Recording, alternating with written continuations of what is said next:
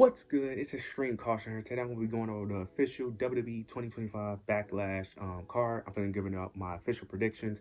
I'm actually excited for this overall Backlash card. I know a lot of people are very iffy on it, but me personally, I'm excited for it. Now, I am a little biased because due to me actually going to Backlash, it's in my hometown. I will be going there. My first wrestling show, so I'm very excited, but I'm going to go ahead and jump straight into the review. The first match we start off with is Dominic Mysterio versus Penta for the WWE Intercontinental Championship. This match kind of just got thrown together at the last minute. Now, they have been building up this feud for a while now, for a couple months now, so it isn't like random. It's just very shocking that they threw this on the card, especially due to the build that they've been giving more. Kind of more attention to is Jey Uso and Logan Paul, but outside the recent episode of Monday Night Raw, they kind of went away from that. But this match should be very interesting. I think the match will be good. Their last match actually in ring was actually really good. I think Dominic Mysterio, of course, is going to retain. I just don't see a reason why you would take the championship off of him this soon. There's so much you could do with him being Intercontinental Champion. Plus, there's just so many factors in Dominic's favor. You have the Judgment Day, of course, with Finn Balor and JD McDonough being out there. And we have Chad Gable, a.k.a. El Grande Americano. He also is feuding with Penta. So I can see either of them helping Dominic Mysterio pick up the rear. I feel like there's too many factors for Penta to just lose this match. And I think they're going to have Penta continue to chase to eventually win. Now, it wouldn't completely shock me if Penta picks up the victory because they are telling the story.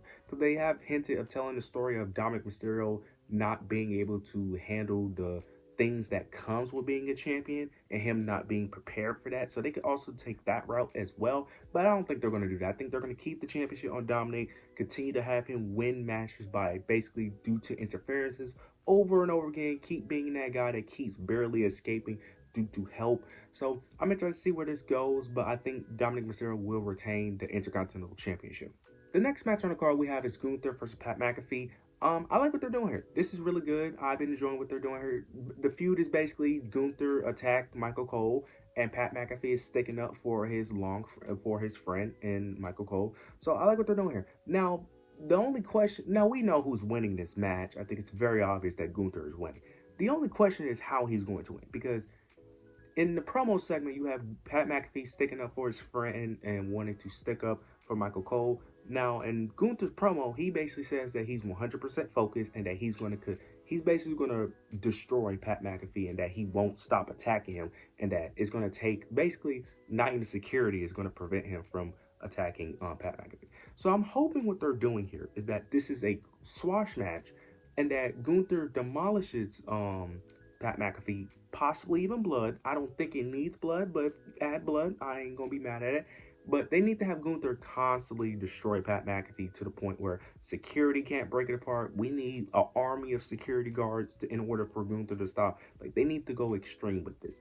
Now, what I think they're going to do, though, is they're going to have this be like a 5 to 10 minute match where Pat McAfee gives the fans a little hope of light that he could possibly do it, but eventually fail. I don't mind that route, but it needs to be very short-lived. This match should not be that long. But my fear is that they're going to have this be like a 10-minute, 15-minute match, when in reality, this should be like it. Now, if it's a 15-minute match, 10 minutes of it need to be Gunther demolishing him. Like, I'm cool with Pat McAfee getting a little bit of offense in if it's like for 3 to 5 minutes. But outside of that 3 to 5 minute stretch of him overcoming the odds, majority of this match need to be dominated by Gunther. Long as majority of the match is dominated by Gunther, I'm fine. I need to see Gunther hitting him with like 5 power bombs, putting him in the sleeper, not letting go. Like, I need to see that Gunther, okay? So hopefully the match gets executed right, because I feel like the booking of this match should be very simple, but let's hope that's the case. Because we know Gunther's winning. It just needs more so the booking of the match is what I'm concerned about. But I have Gunther beating Pat McAfee. Now we have the Fatal 4-Way match for the United States Championship between Jacob Fatu, LA Knight, Drew McIntyre, and Damian Priest. I was trying to remember the fourth person. I like what they're doing here. I like the people involved. The story isn't really that complicated. The story is basically LA Knight was in a number one contendership match against Drew McIntyre. Damian Priest interfered, attacked Drew McIntyre, which ended up costing LA Knight the match. So then Solo was also involved as well. So Nick Aldis just made it a fatal 4-way. Jacob Fatu is retaining. I don't really need to go that in depth. I think a lot of people cancel each other out. You have LA Knight cancels out Damian Priest. Drew McIntyre cancels out Damian Priest as well. This is going to be, I wouldn't say easy victory, but this is one of the more predictable matches on the card. There's just no reason why Jacob Fatu would lose, especially after him just winning it. Jacob Fatu is probably going to go on a long run, mainly because I don't see who else will beat him. Like, you could kind of change hands, but the only person I can see them changing hands to is probably LA Knight due to how over he is, but I don't want to see another LA Knight run. Damian Priest will actually be an interesting champion.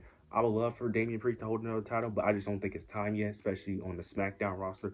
But I think Jacob Fatu is going to win. I think the story that they're really going to tell is that Solo is going to eventually either cost Jacob the match or potentially win it off of him in a match of Solo going after him by cheating some sort. But I think that's the story they're going to tell. So I think that's what we're waiting on. But nonetheless, I have Jacob Fatu retaining the United States Championship. Now we have Lyra Valkyria versus Becky Lynch for the Intercontinental Championship.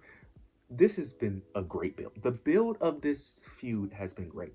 And they have done a great job with the story. Well, the story for the most part has been great. I would say, even though the reason why Becky Lynch turned heel is a bit iffy, it's a bit strange, but with their promo work, this has been great. Lyra Valkyria has done a great job with Becky in the promo department, and Becky has done a great. This is some of Becky's best work as of recently. I'm really enjoying what they're doing here. This is very interesting. Now, based off the Go Home show, Lyra Valkyria will be losing this title. And that's my prediction. I think Becky Lynch is going to win, and I think it makes the most sense for Becky Lynch to win. Now, I already know that if Becky Lynch wins this match, everyone's going to call her Becky Hogan, even though she has put over a lot of superstars, and she actually put over Lyra, and that's the whole point of this story, is to put over Lyra, which she's going to do. I think the story that they're going to tell here is that Becky Lynch is going to cheat in this match because Lyra beat her cleanly in NXT, and I think they're going to have the story of that Becky can't beat Lyra clean, and then eventually Bayley's going to get herself back into the picture due to Becky Lynch attacking her, and then eventually this is going to be a three-way feud. Now, I don't know if Lyra and Bayley are going to have issues, but I can see them colliding due to Bayley wanting revenge, but Lyra also wants revenge, so they're going to bump heads. So I can see this eventually getting a triple threat match. So I'm very interested to see how this plays out. Or they could do a situation where Becky cheats, attacks Lyra after match, injures her.